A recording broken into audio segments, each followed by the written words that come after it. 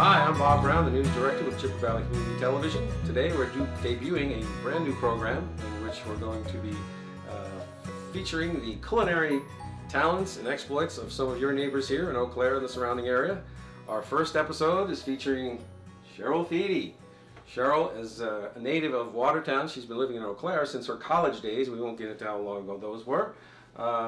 When she's not busy cooking fabulous food, she is the Senior Director for the AIDS Resource Center of Wisconsin. Cheryl, what do you got for us today? Today I'm going to make a chocolate chunk cheesecake, which sounds fancy. It'll have a nice frosting on the top, but it's also very simple to make, so very easy to accomplish in your home kitchen. All right. Cheryl is particularly, she makes fabulous foods of all kinds, but she's particularly noted for her desserts. So this will be a good thing to start with. Show us how it's done. All right. So we're going to start with the crust, which this is one of my favorite crusts, and it's a whole Oreo crust. So we're not just using the crumbs of the Oreos, we're using the whole Oreo, which gives it nice moisture and texture for your crust. And these days it's difficult to find Oreo crumbs boxed in the grocery store, so this is a simple, easy way to make the crust. So I'm going to start with microwaving the butter. I thought even I could do that. This is the simple part. So this is unsalted butter, and the reason we use unsalted butter in baking is that it helps you decrease the salt content and brings out the other flavors with minimal salt and sodium. Okay. So while that's going, I have 30 Oreos, and I'm using both chocolate-filled Oreos, which you can now get, and regular Oreos, and I have 30 of them, and they're going to go right in the food processor. And if you don't have a food processor, you can absolutely do this by hand in a Ziploc bag using a rolling pin or other way to crush the crumbs. All right, I'm going to back up again and check the butter and make sure it's melted. Not quite yet. So while that's going, we'll get the food processor going, and this will be nice and loud.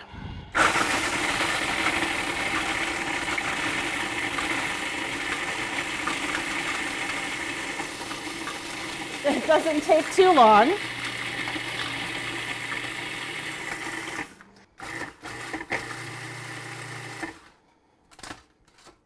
Give it a check. Looks good. Now I'm going to add the Oreo crumbs to the butter. And it's okay if there's a few little chunks of cookie left, but for the most part you want fine crumbs.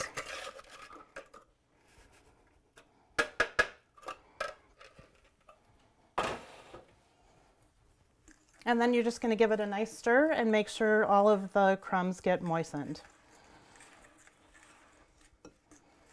And again, this is one of my favorite crusts because it is very rich.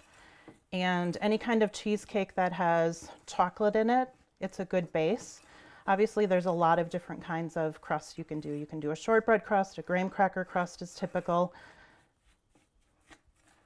Lots of different kinds. You can do cinnamon, graham crackers. This is a nice standard chocolate base. So you can see it's all moistened and ready to go in our pan. So cheesecakes you can make in a cake pan, but the reason that they call for a springform pan, which really is the only unique special tool you need for a cheesecake. And the reason for that is it's difficult to cut and take a cheesecake out in a regular pan. When you have a springform, you can take the rim off and easily serve. So while you can make a cheesecake in another pan, that's the reason we use springform. So for the most part, cheesecakes, the crusts have shortening or butter in them, so you don't need to grease the pan. Okay.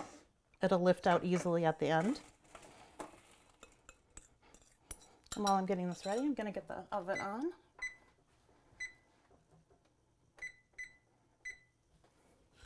You have a little bit of professional experience working for your sister, correct? That is right. My sister was a chef at a local restaurant down in Oliva for a few years, and she hired me to be her baker. And so for a year and a half, I actually was a professional baker in a restaurant. But I am self-taught. I never had any formal training. It's all just from teaching myself in the kitchen. So what I'm doing now is making a short layer of crust around the edge that will help hold the filling in. and then just patting everything down. All right, so we're going to put this in the fridge to cool and get firmed up, and then we'll start on the filling.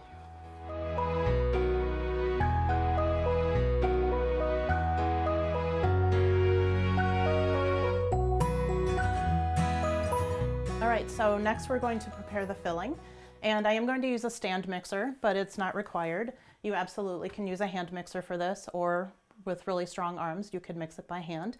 I just got the stand mixer a year ago, so for over 20 years I was mixing everything with a tiny little cheap hand mixer, so you can absolutely make cheesecakes with minimal equipment in the home. So first we're going to take cream cheese, and one of the important things in a cheesecake and a lot of baking is to bring your ingredients to room temperature. And there's a lot of science behind it. It helps aerate and bring your ingredients together in a way that allows them to rise and mix well. So the cream cheese has been out for more than an hour at room temperature, and you can see the eggs and sour cream that are going in are also at room temperature. So the cream cheese I'm using is the fancy brand name cream cheese, and through trial and error I have found through the years that this is the best one, and the reason is pretty simple. When I open the package, the cream cheese separates from the package very easily and goes into the mixer. I found that cheaper brands, you have to scrape and scrape and scrape to get the cream cheese off. So pay the extra 20 cents and buy the real stuff. You also, unless it calls for it, you want to use the full fat cream cheese. This is a cheesecake. We're not going for diet here. So the first thing I'm going to do, and this is pretty standard, you're going to mix cream cheese with the sugar. And sometimes it'll be a 2, sometimes 3, sometimes 4 cream cheese cheesecake. This recipe is for 3. And then we're going to add 3/4 cup of sugar. So I'll get the mixer ready. And our oven is now ready. You want to start it out gently because the dry ingredients could fly a little bit. So we're going to give it a very gentle start. And you don't have to worry about it mixing completely or sticking on the wand because it will come off as you add more wet ingredients. I can turn it up just a little bit and get it mixing. Now, one of the tricks of cheesecake, which I haven't quite mastered, but one thing that can happen is the cheesecake can crack. And there's different theories about why the cheesecake cracks. This one, it doesn't matter if it cracks because we're going to put a frosting over the top and you'll never know. It tastes the same. But one of the things that they say is don't overmix your cream cheese. If you beat it too long, it is more likely to crack.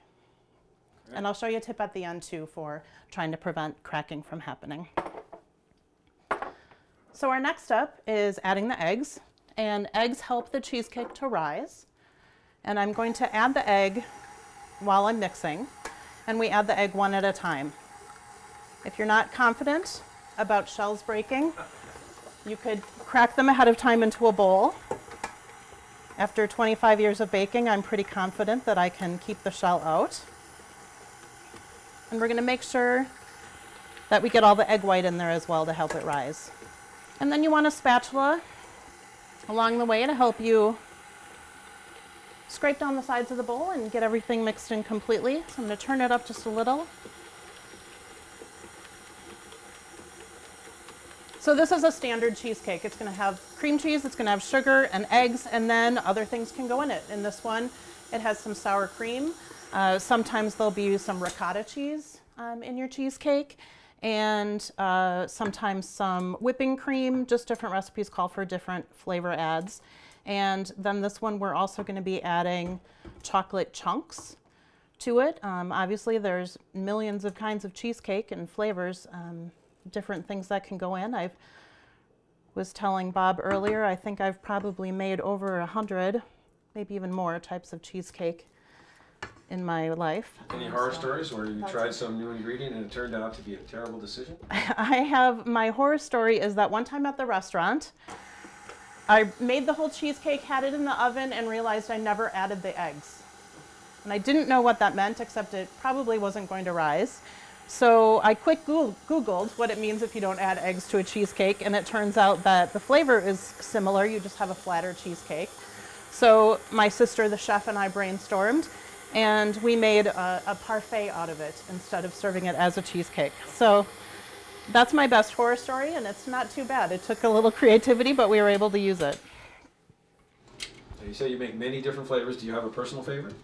This is definitely one of my favorites. This is a recipe that's really pretty simple and easy to make. It doesn't have a lot of ingredients. It tastes amazing. The frosting over the top brings it up a level, and it's a recipe that was given to me by my dear friend Jane, and so it has some sentimental meaning. People love to share recipes with me and ask me to make things, and so this is a favorite for that reason. All right, next up, we're almost mixed here, and I'm going to add the sour cream right into the batter. And you can see along the way I am trying to turn the mixer off when I am not by it. I don't want it to overbeat. Again, I'm trying to prevent the cracking issue, which can happen.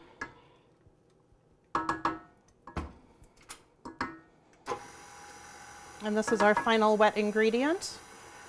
After this is done, we just add the chocolate and put it in the oven. And the trick with cheesecake definitely is to not overbake it. You can, again, it will crack if you overbake, and it will dry out. So sometimes I think a baking mistake is that people think it still looks wet. This happens with cookies, with different things where people will take them out of the oven. They'll leave them in the oven too long, whereas I err on the side of taking them out a little bit too soon. With cheesecakes, you'll be able to tell because if you give it a jiggle, the center should be completely set or almost set. If the edges are all set, you just want to work toward it firming up in the middle and then take it out of the oven. So now all of our ingredients are mixed except the chocolate, which we're going to do by hand. So we don't want to miss any of the amazing batter, so I'm going to knock it off the paddle so we get everything in there. So again, this is a pretty simple one. There aren't that many ingredients, and I think it's really easy for anybody to make. All right, so now this recipe calls for fancy, expensive, bittersweet chocolate, and I have found through the years that there's no need to buy expensive chocolate and chop it up. That chocolate chunks that they sell right next to the chocolate chips work just as well. So I am using very accessible chocolate chunks. And then you mix it up by hand. Just takes a few seconds. Good. And your batter is ready to go. So that's it. That's the filling. We're going to put it in the crust. We're going to grab that out of the fridge. Bobby, you're going to be my assistant. Glad to.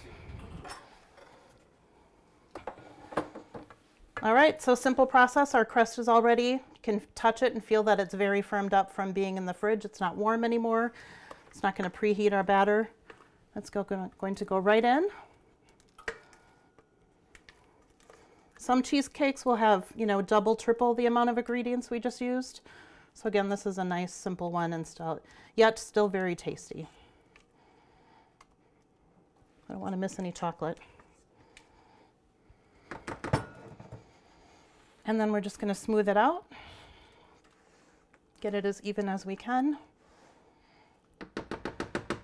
And with some cheesecakes, you want to pay attention to how it looks when you put it in the oven. This could have little bubbles on it. Again, we're going to put a frosting on this one, so you don't have to pay quite as much attention, but I am going to give it a smack on the counter.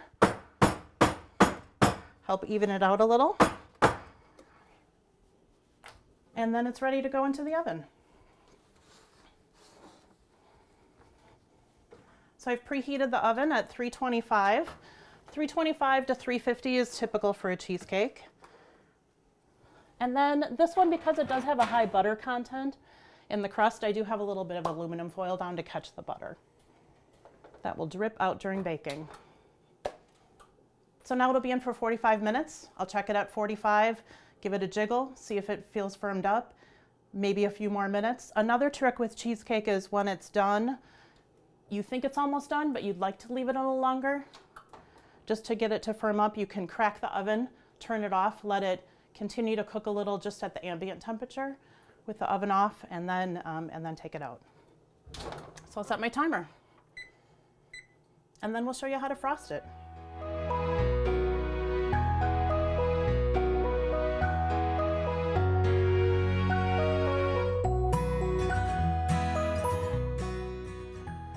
So let's check the cheesecake. It's been in for about 45-50 minutes. And we're going to give it a jiggle. It's mainly firmed up, and it'll keep firming up while we cool it on the counter. So we'll take it out, and then I'm going to show you my #1 trick for preventing cracking of a cheesecake. Again, it's not a big deal if it cracks because the flavor doesn't change. But what you can do is run your knife between the batter and the rim of the pan. I'm going to press against the rim so I'm not cutting the cheesecake, and I'm going to give it a full turn. This releases the batter from the pan, and as it cools, it's less likely to crack because the pan won't pull the cheesecake apart. So all the way around, and then we'll let it cool on the counter and then put it in the fridge to cool before we frost it.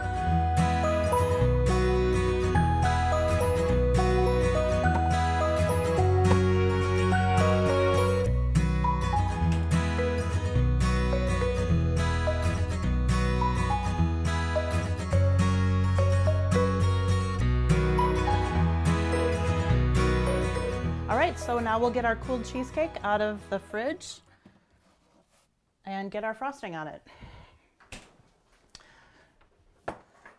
So one of the tricks, again, when you take it out of the oven, you want to draw a knife around the edge between the cheesecake and the pan. This will prevent it from sticking to the edges, and as it cools, it could pull apart and crack wide open. So this one has some small cracks, not a big deal. We're going to fill those in with chocolate to make it even better. But when it first comes out, again, you're going to run your knife all the way around the edge to separate it. And then the pan rim comes off real easily with a little flip of the lever. So this is going to have a simple frosting. We're going to use the same part of the same bag of chocolate chunks that went into the batter and some heavy whipping cream.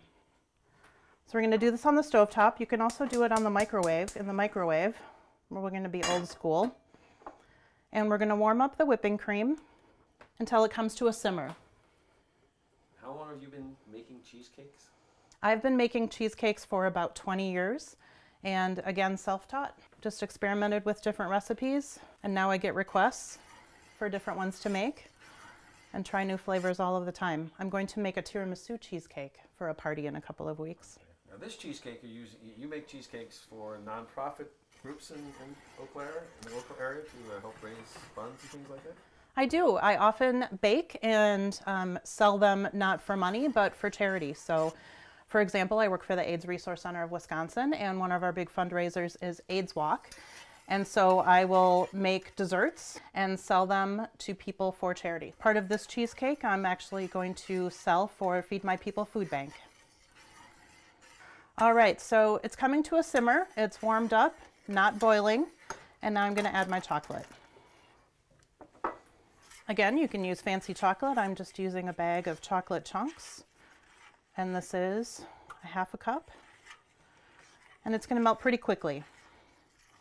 You want to stir constantly, or pretty constantly, otherwise your chocolate could clump together and burn. And again, you can do this in the microwave. Just check it very frequently to make sure that you don't overcook it. This is a really simple, easy frosting. It firms up not to a hard point, but to a nice spreadable, firm point. And you could definitely put this on a cake or on bars. You could just eat it right out of the saucepan, not while it's boiling. Let it cool a little. The other trick with this frosting is you don't want to walk away and let it after you've turned the heat off, because it will firm up pretty quickly. So once it's melted into the right consistency, I'm going to pour it right on the cheesecake and then let it firm up on the cheesecake. So I know you're famous for your desserts, but you cook whole meals and everything. Do you prefer dessert making to making entrees and things like that? So here's a, I would say a little known fact, but I don't think it's little known. I love cooking and baking equally, but I am not a sweet eater. So the reason that I am famous, I think, for the desserts is because I love to make them, but I don't eat them, so they all get shared. Whereas my cooking, I enjoy, and I like to eat the proceeds of my cooking. So that doesn't get shared, and people don't know me for my cooking as well. So you can see the frosting is almost smooth.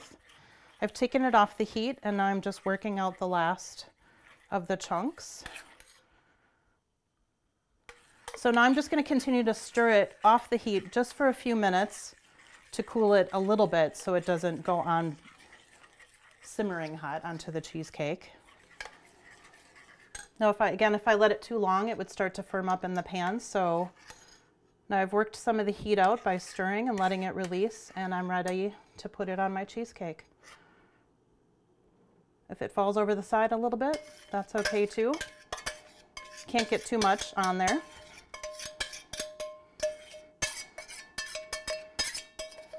So I guess there's a little trial and error to figure out exactly what's the proper amount of time before you pour it onto the cake. Yeah, I think there's a little bit of a learning curve. When it starts to cool, it gets a little bit firmer. You can see it's already firmer than when I first took it off the heat. So that's a good sign that it's ready to go on the cheesecake. And then I'm going to set this aside. Bob can lick the pan after we're done. And then again, no fancy tool. I'm just using a spoon and spreading it around on the cheesecake.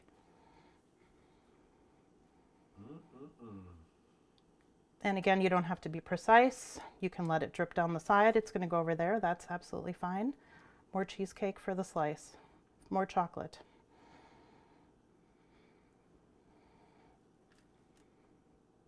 I'm going to just end in the middle.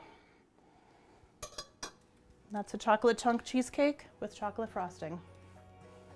Cheryl Thiede, you are a magician. Thank you for sharing that with our audience today. We hope to have you back to do more. All right. Thank you. Thanks, Bob.